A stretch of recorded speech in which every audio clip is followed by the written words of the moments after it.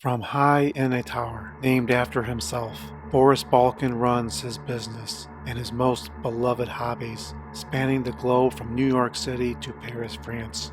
He is a renowned bibliophile, keeping his library secured with the help of guards, private elevators, and electronic locks with an unbeatable code. Today, we take a look at some interesting facts of a man who rules the world of print above ground and making reservations for his place in the underworld. The Ninth Gate, directed by Roman Polanski, released in 1999 and loosely based on the novel The Club Dumas, written by Arturo Pérez-Reverte. Balkan dislikes gluttony. Unlike others who have owned or held the 9 gates of the Kingdom of Shadows, Balkan is never seen eating, smoking, or enjoying a cocktail.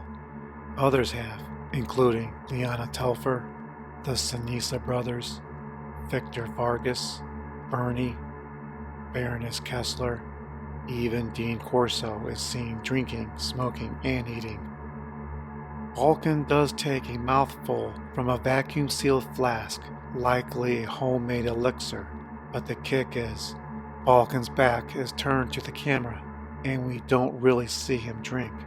What other book owner is without gluttony? That would be Andrew Telfer, who, like Balkan, found his own way to step through into the next world.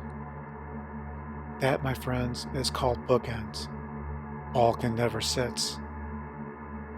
Balkan is introduced giving a lecture, and he towers over Corso when they first meet in the theater. His library is nearly without anything offering comfort. The 2 uncomfortable metal chairs that are in the room are either briefly seen or sitting behind Boris Balkan out of our view.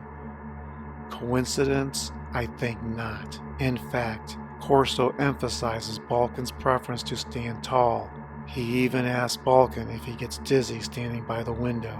Balkan's towering height makes another appearance when he crashes Liana's coven party and gives his second lecture in the film. He finds the most brutal way to send everyone home. Now, we do see him approach his car. He drives off, and we presume Balkan is sitting, but again, we never really see him sit, as the camera cuts away before we do. Coincidence? I think not. We're all being set up for the final confrontation between he and Corso, when the tall, proud, and conceited Balkan shows humility and begs on his knees to his master. Who else in the film is never seen sitting? That would be the Sinisa brothers. That's because they're dead, and that, my friends, is called bookends. Balkan never sleeps. This is more theory than fact, but stick with me. Balkan isn't a fan of furniture. Even poor Victor Vargas had more comfort, as well as Liana Telfer and the Baroness. If he never sits, it makes sense he never sleeps. Boris is always watching his investment between giving lectures and making unannounced trips to French chateaus. He doesn't have time for a nap. What evidence do we have that he doesn't sleep? It's inferred in his meeting with Corso, his polar opposite. As Balkan towers over him, Corso is not only sitting, but sleeping.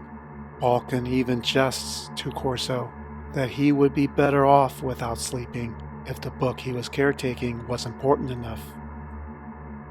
This may be an obscure clue that may explain what made Balkan angry to strike out on Corso and his associates. Corso fell asleep with the most important book in Balkan's life. Before we get into the final theory about Boris Balkan, like, share, or subscribe if you enjoy this video. Make sure to check out the Ninth Gate playlist on the channel. Now, the conclusion. Balkan is closer to God than the devil. Boris Balkan acts the Old Testament God with all his wrath, but he also shows generosity. He gives free lectures with knowledge greater than a university professor. He hands out bonuses with a double or tenfold increase. Most of all, the film portrays Balkan as a messiah figure who seems to be everywhere, all-knowing and all-powerful. Corso's telephone conversations are similar to Raiders of the Lost Ark. It's a transmitter.